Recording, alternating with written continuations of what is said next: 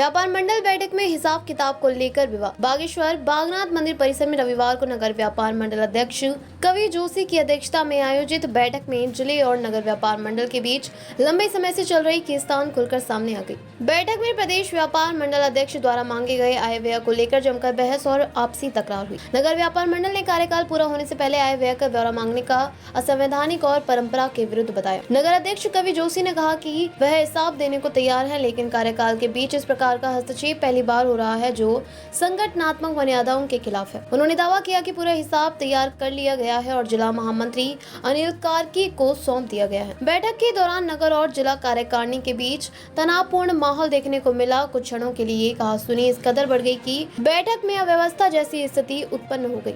वरिष्ठ व्यापारी और पूर्व नगर मंडल अध्यक्ष हरीश सोनी ने हस्तक्षेप करते हुए कहा कि वह स्वयं ही हिसाब जिला महामंत्री को सौंपेंगे और पारदर्शिता बनाए रखेंगे।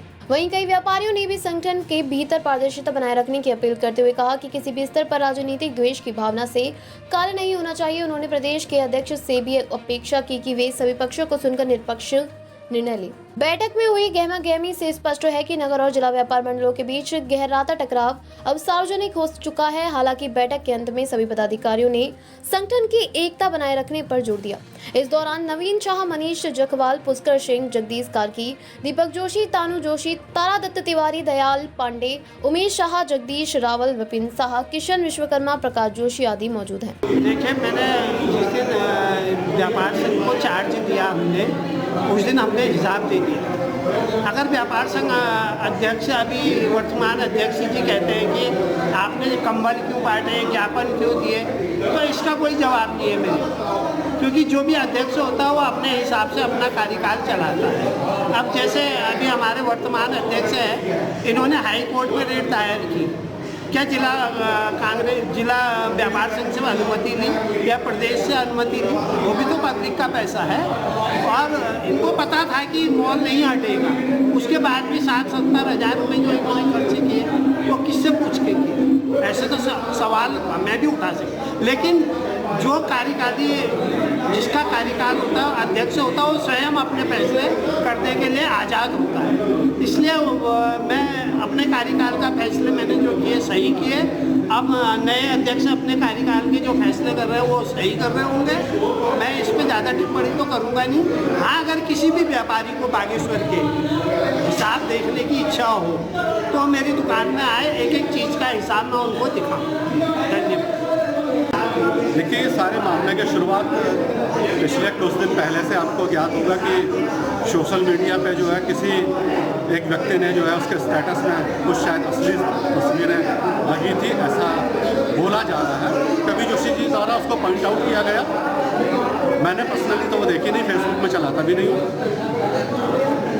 उन तस्वीरों के बाहर आने के बाद फिर उन दोनों व्यक्तियों में जो है आपस में आरोप प्रत्यारोप का जो है दौर शुरू हुआ है। उसी क्रम में जो है कुछ व्यापार संघ की रसीदें डाल के उस व्यक्ति द्वारा आरोप लगाए गए कि, और उस आरोपों में उसने ये लिखा है कि अवैध वसूली वाले सरगना का काला चिट्ठा। नीचे वो लिखता है कि व्यापार संघ हिसाब किताब ले। तो कवि जोशी जी द्वारा मुझसे कहा गया कि भाई ये देखिए व्यापार संघ पे जो है इल्ज़ाम लगाए जा रहे हैं। तो मैंने उनसे कहा ये तो आपका व्यक्तिगत मामला है, व्यापार संघ भ्रष्ट है, व्यापार संघ अवैध वसूली में लिप्त है, ऐसा अगर उस व्यक्ति ने लिखा है तो आप उसको लाइए। हम लोग पुलिस में भी जाएंगे, हम लोग कोर्ट में भी जाएंगे उस व्यक्ति के खिलाफ। जितनी ताकत से व्यापार संघ लड़ सकेगा हम लड़ेंगे उसके लिए। इसी मुद्दे पे चूँकि हमारे जिलाध्यक्ष जो है वो कांग्रेस के हैं, वो व्यक्ति भी कांग्रेस का है, तो कवि जोशी जी को लगता है कि जिलाध्यक्ष शायद उस व्यक्ति का पक्ष ले रहे हैं। लेकिन हमारा साफ मानना, और इसमें हमने जो जिला हमारे विधिक सलाहकार हैं वकील साहब सनवाल जी, उनसे भी पता किया और हाईकोर्ट के वकीलों से मैंने अपने वकील साहब से भी पता किया। उन्होंने कहा नहीं, ये पर्सनल मैटर है, इसमें व्यापार संघ कहीं भी इन्वॉल्व नहीं है। तो इसलिए जिला व्यापार संघ ने इस मामले से अपनी थोड़ी सी दूरी बना के रखी। तो इस चर्चा के बीच में कवि जोशी द्वारा पूर्व जो हमारे अध्यक्ष थे नगर अध्यक्ष हरीश सोनी जी, उन पर आरोप लगाया गया कि इन्होंने जो हिसाब नहीं दिया, इनसे हिसाब हमको दिलवाया जाए। ये मामला जब ज़्यादा तूल पकड़ा तो उस बीच में फिर प्रदेश अध्यक्ष जी ने इसका संज्ञान लेते हुए दोनों लोगों को नोटिस दिया, हरीश सोनी जी को भी, और चूँकि सोशल मीडिया में इनके ऊपर आरोप लगा था तो इनको भी नोटिस दिया कि 1 हफ्ते के अंदर आप हाईवे का अपना विवरण जिला महामंत्री जी को दें। यहाँ पे कई वक्ताओं का ये कहना था कि जिला कार्यकारिणी को जो है नगर कार्यकारिणी से हिसाब मांगने का अधिकार नहीं था, तो मैंने उनको भी बताया और मैं अपने इस वक्तव्य के माध्यम से पुनः स्पष्ट कर देना चाहता हूँ कि हिसाब जो है हाईवे का विवरण जिला कार्यकारिणी द्वारा नहीं मांगा गया, ये प्रदेश अध्यक्ष जी द्वारा मांगा गया है। उनके निर्देश में हम लोगों ने इनको लेटर इशू किया था और हम हिसाब मांगा है। तो बैठक में हरीश सोनी जी ने कहा कि वो 1-2 दिनों में जो है, चूँकि 1 हफ्ते का टाइम है, मैं 1-2 दिनों में सारा हिसाब किताब आपको दे दूँगा, जिसका प्रदेश कार्यकारिणी को दे दीजिएगा। लेकिन कवि जोशी जी द्वारा हिसाब देने से इनकार कर दिया गया और यहाँ तक कि उन्होंने ये कहा कि आप हमें पहले हमारी नगर कार्यकारिणी को भंग कर दो, उसके बाद हिसाब लेना।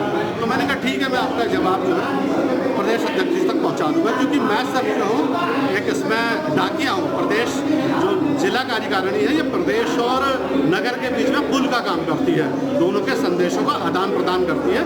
तो प्रदेश के अध्यक्ष जी का संदेश हमने नगर कार्यकारिणी तक पहुँचाया और नगर का संदेश जो है हम लोग ये प्रदेश तक पहुँचा देंगे। धन्यवाद। क्यों नहीं मना रहा है और ना हमारा कोई कार्यकाल खत्म हुआ था तो हमसे हिसाब मांगा जाना था।